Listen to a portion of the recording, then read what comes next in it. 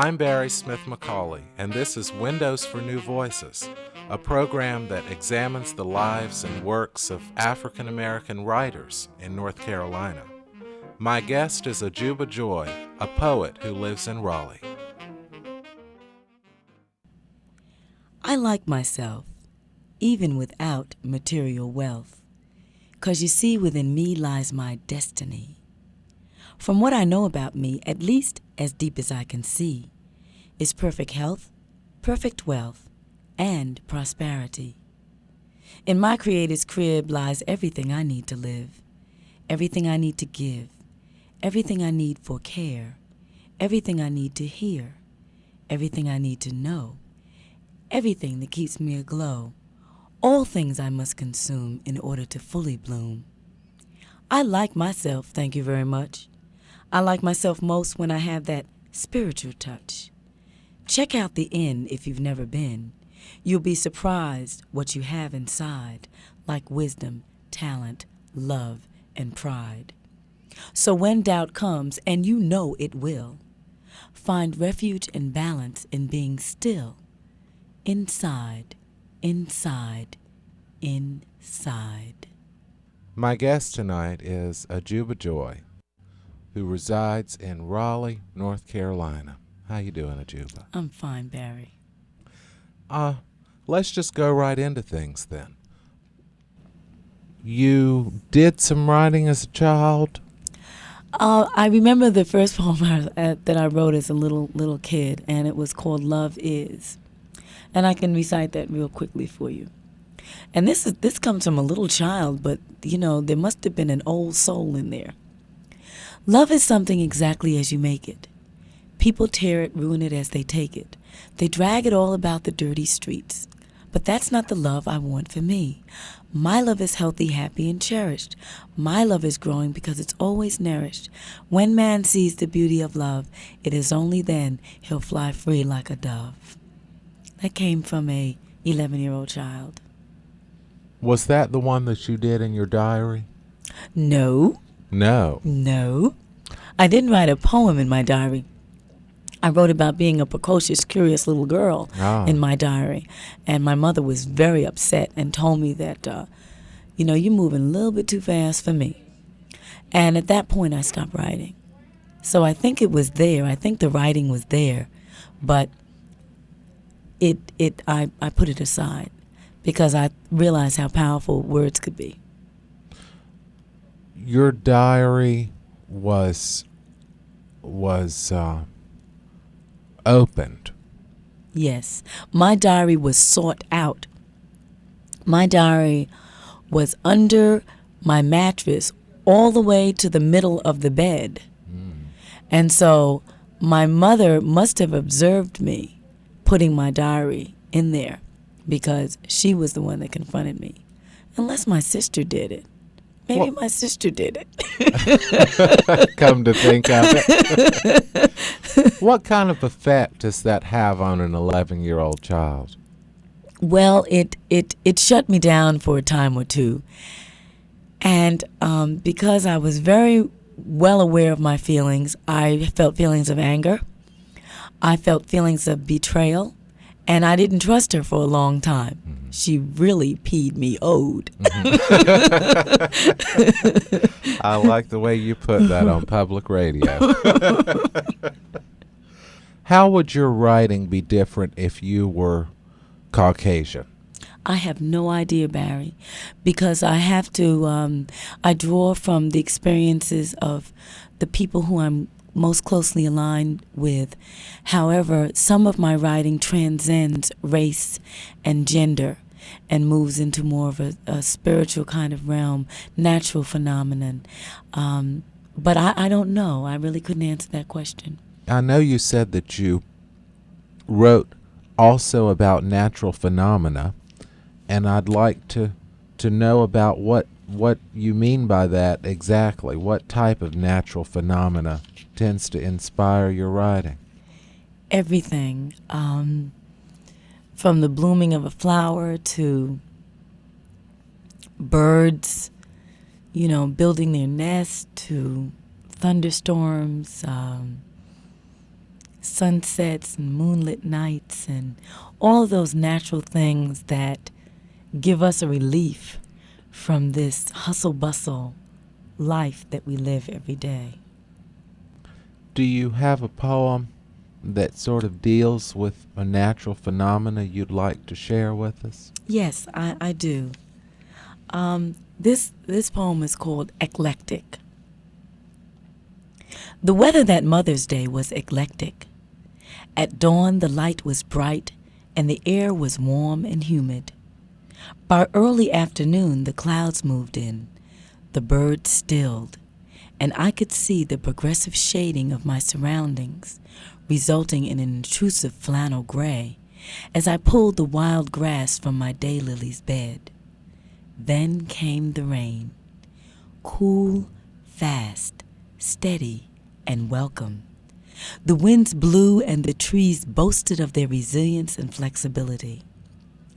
At the early evening hour, the sun burst forth and the warmth prevailed.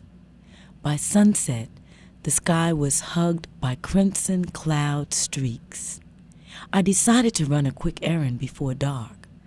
Upon nearing my destination, I glimpsed the light of the moon, lemon sherbet with a fine veil of clouding to match, and breathtakingly full. As I pulled into the driveway, I could see it vividly and could smell the unmistakable fragrance of the honeysuckle draped over the fence between my neighbor and me. This is called Glazic Reservoir. Send me a soft, cool breeze from your Glazic Reservoir of stoic ice smiles, hard presence of still wandering nowhere, touching no one, feeling nothing. Energy vulture looking to prey, but never praying. Your too cool, frozen stance, isolated from warm, rhythmic smiles of mine. Laser beam heart, ill-focused, and missing the joy forever, those things of beauty. I so regret the pain to feel of the next free spirit, young in soul, feeling and giving, to be disillusioned, wing-clipped and wounded, never seeing your dendrite, clawed hands moving to caress their mind and body, blinded by your elusive brand of beauty devouring. No one but you can cool this torrid soul of mine, but 1 second is more than enough to keep me grounded, source-connected, and loving myself for another eternity. The character in this poem realized that they needed to be connected to a power source. And all they had to do was think of that other person for 1 second, and that was enough to bring them back. I have been to the most God-forsaken place in the universe, a place where horror, tears, greed, pain, rape, theft, and death was business as usual, par for the course. Status quo. It's the way we do things around. Hear me? Hear me? Hear me now. You have no idea of the karma which will follow you all the days of your life. This is my life you're living. I am a queen, look at me. I am a queen, look. I am a queen, I am. I am the one who survived the slave dungeons. Oh God, how I cried as I walked inside. It was unbelievable to me, the ghastly hostility with which we were treated, my husband, my child, my brother, my sister, and me. This is my life you're living. You stole it from me. You stole it from sea to shining sea. You stole me, and then you robbed me. America, America, God shed her light from thee. Oh my God, how could it be? This couldn't be happening to me. Denial, denial, denial, and it ain't a river in Africa. You denied me my name. I did not know who I was. You denied me my clothing. I had to squeeze into garments that would not allow me to breathe, expand or excel. They stifled my brilliant mind as well. What of my African garments? What do they mean? When I wear them, I feel psychologically serene, and from my carriage you are reminded, I am a queen. I am. I am. You denied me my food. You made me eat the waste, chitlins and hog maws, so strange to my taste. My innards became poison, and then became immune, and today I'm still warned of its impending doom. I was enslaved. I did my time. And now for a while I leave America behind. Africa is where I need to be, because everything complete is 360 degrees. Now we've got so much discourse in this country, particularly in the South, among white people, among black people. Why does it matter anymore? Why bring up this issue of, who was enslaved and why they were enslaved and who was involved, that why can't we just put that behind us? Ajuba, why do you think it's important to continue to draw from that history and to reiterate the things that actually did take place? Because it is history. It's history and herstory. It is about who we are. We must know from whence we've come, always, to know where we are going. And that sounds kind of cliche-ish, but my history didn't start in North Carolina. My history didn't start in the Caribbean. My history started in Africa. And so when you look at where you come from, you can draw strength and power from your source, which is the continent. So although it may be uncomfortable for people to hear us speak about this plight, it is necessary to continue. Let us never, ever forget. Now,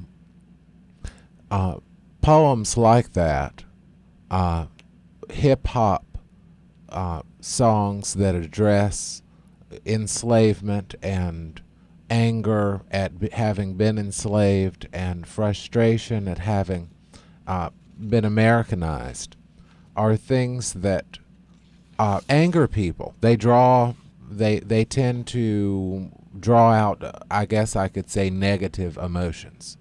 And so a lot of people discourage that. They discourage it implicitly and explicitly. Not bringing it up in conversation, trying to change the subject when it comes up, because people are worried that it's going to be inflammatory. Well, Barry, it may be. But that's just like saying, it's like sweeping it under the carpet as though it didn't happen. The dead elephant in the living room syndrome. When you talk about, and I'm going to swing all the way over here and say, when you talk about alcoholism, let's not talk about that. Let's not talk about child abuse. Let's not talk about rape. Let's not talk about all of these things that really are a part of this culture, and they are happening. I think you should talk about them. I think that you should put the light on it, and it needs to be dealt with. And so therefore, this history will not diminish. It will not go away. And although it may bring up feelings of guilt or discomfort, work through those feelings and rise above those feelings, and do what you need to do to move on. But it's necessary to continue to talk about it. This is going on in the 20th century, and I've got a poem here. It's called Exploitation, and I want to read it to you. I work hard to have something in this life. I went to college and ascertained a college degree, 2, and spent the last 20 years of my life working for you. Weekends, holidays, 9 to 5, 8 to 4, 12 to 8, 11 to 7, whatever time you penciled me in, and you erased me just as quickly. What is wrong with this picture? You are enslaved, collecting a monthly paycheck for less than your worth. And until this paradigm shifts, I will continue to exploit you and your grands. Spent the last 20 years of my life working for who? Working for other than myself. Working in other people's places of business. and utilizing my talents and my skills for other people. And that's where that's coming from. Weekends, holidays, 9 to 5, 8 to 4, 12 to 8, 11 to 7. I've worked every one of those shifts. Whatever time you penciled me in and you erased me just as quickly, what is wrong with that picture, Ajuba? What's wrong with that picture is that when you work in a situation where you are not getting what you're really worth, that's like slavery. In the time of slavery, 19th century slavery, and early 20th century slavery, people didn't get paid at all. But now people are working very hard and putting in lots of hours and lots of time and not getting paid what they're worth. And I think just about everybody can relate to that. There are leaders in our community that are dubbed to be extremists, and they often recommend that we separate ourselves, and in order to empower our communities and build up our communities and pool our resources, almost strictly among, black businesses and black efforts.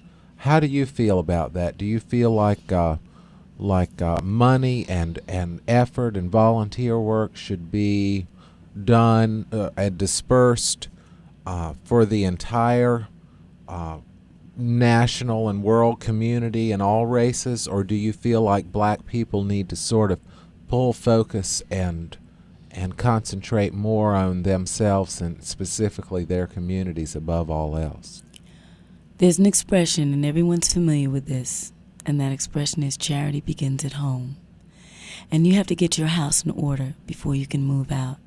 I believe in the concept of Ujima, which is cooperative economics, and I believe that Africans need to pool our money and our resources to build within this country, to have a voice in economics that is powerful, and we can branch out and move into, well, actually we need to pull in.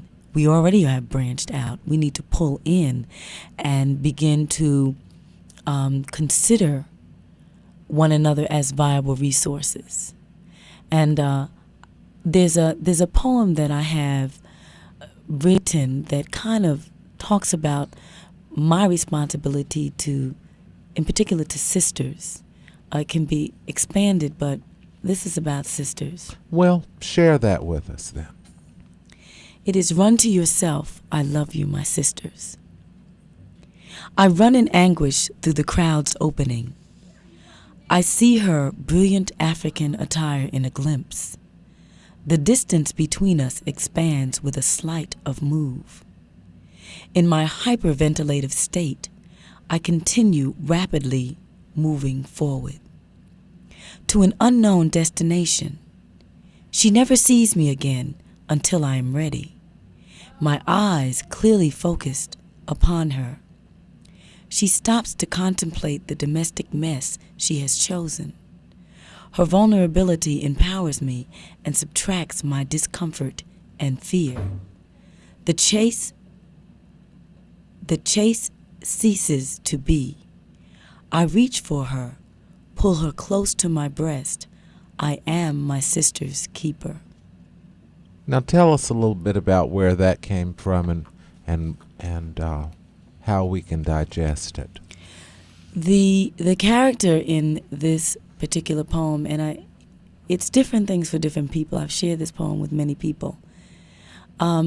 This person running through this crowd is really running from herself. She's running from everyone who looks like her. And she realizes that when she stops to contemplate, when this character stops to contemplate this domestic mess that she's chosen, living in this country, being in a relationship that's not wholesome, being in a work situation that's not good for her, whatever she is running from, the other character looks at her and sees that now she has begun to contemplate, and she's looking inside herself. So she doesn't need to run away from her anymore, because now she realizes that this other person realizes that she has to look to herself. The sister that is running away realizes that she is really her sister's keeper, and she really doesn't need to run away from her anymore. So there are two characters in here. One is running to get to the sister to get help, and the other sister is running away from her. And when the sister that is chasing realizes that she has to look into herself, then the sister that's running away feels somewhat relieved and empowered, because she knows now that this person is looking into herself and she doesn't have to run from her anymore. That she's responsible for this woman, however. I'd like for you to talk about your signature poem, Train in My Brain, which is undoubtedly my very, very favorite poem of yours, and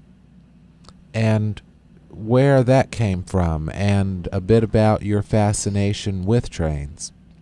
Well, I didn't have a fascination with trains really consciously until I came to North Carolina. However, I did live down the street in Brooklyn. I lived in Brooklyn in an area called Bedford-Stuyvesant.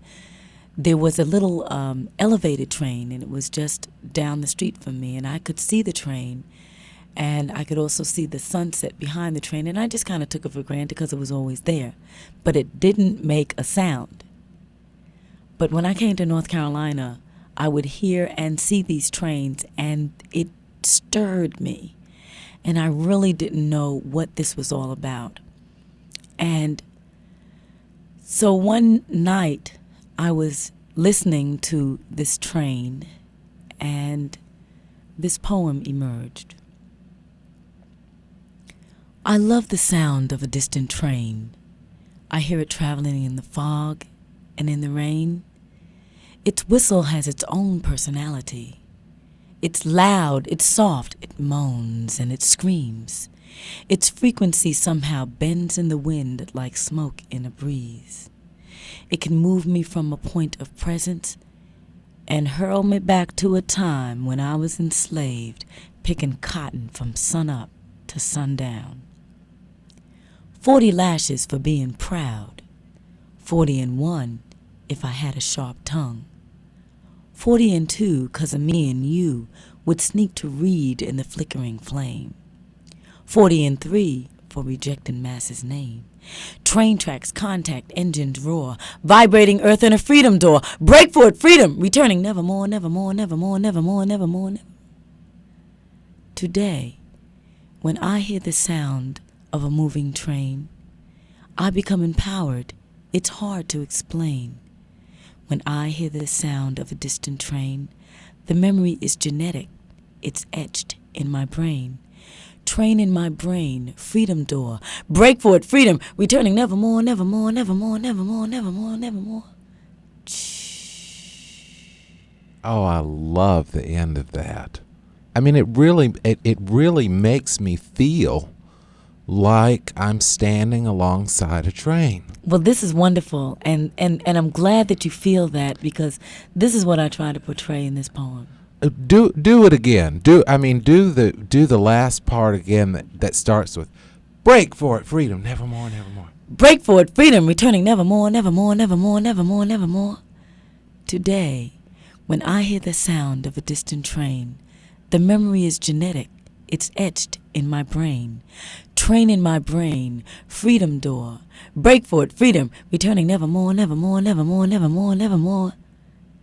Don't you hear that? Don't you hear that train? Can't you just imagine Can it? you see it? And can you see people breaking for freedom?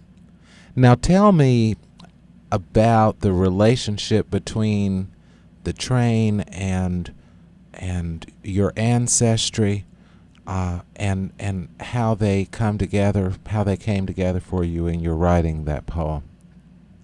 Well, because we didn't start here, because my history didn't start here, my history started in Africa. So it seems to me it's really interesting that I would go to Africa and come back and start writing. That's where I came from. So maybe that was a gift that I left there too. And so when I came back, living in North Carolina, the idea of writing really began to develop. So that particular night, when I heard the train, and this was shortly after I came back from Africa, that I wrote this particular poem. It was like the channels opened, and then when I heard the train, it all came together for me, and I was able to write what this was all about.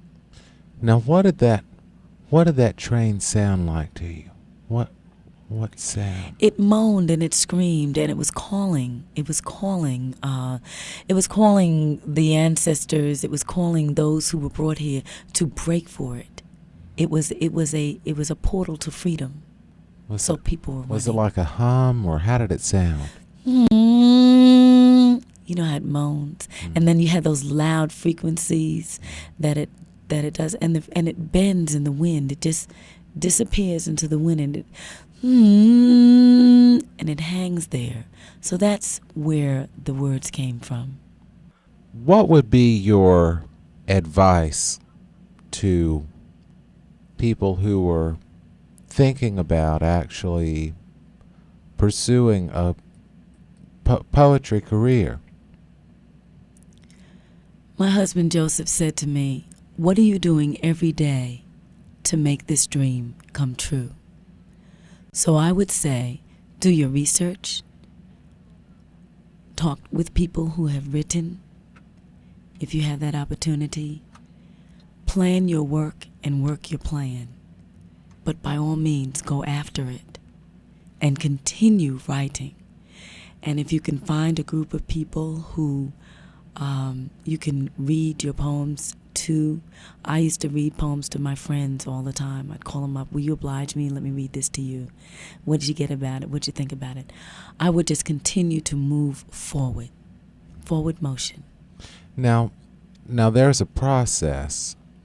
There's a process that's very individualized, that of getting the courage or the prompting, the internal prompting, the refining the skill of transferring a thought to paper. For people who have a lot of interesting thoughts, who often think poetically, but for some reason are discouraged or have self-esteem issues or whatever about putting it on paper and having other people look at it, what would you recommend to them? What would you have to say to them? I'd give them this quick poem and I'd say, thoughts are things, you know what I mean? Thoughts are things. They gather up the energies from the universe and manifest them into existence. Thoughts are things. Change your world. I would say keep a little journal, keep a book nearby in your car, in your kitchen, by your bedside, and whenever a thought comes, get up and write it. Even if it's not connected to something else, it will come. So just continue to write your thoughts, because thoughts are things. They will manifest. And we want you to continue to write. Ajuba Joy, ladies and gentlemen, thank you so much, Ajuba, for coming on Windows for New Voices. Thank you so much for the opportunity. Good night. Good night.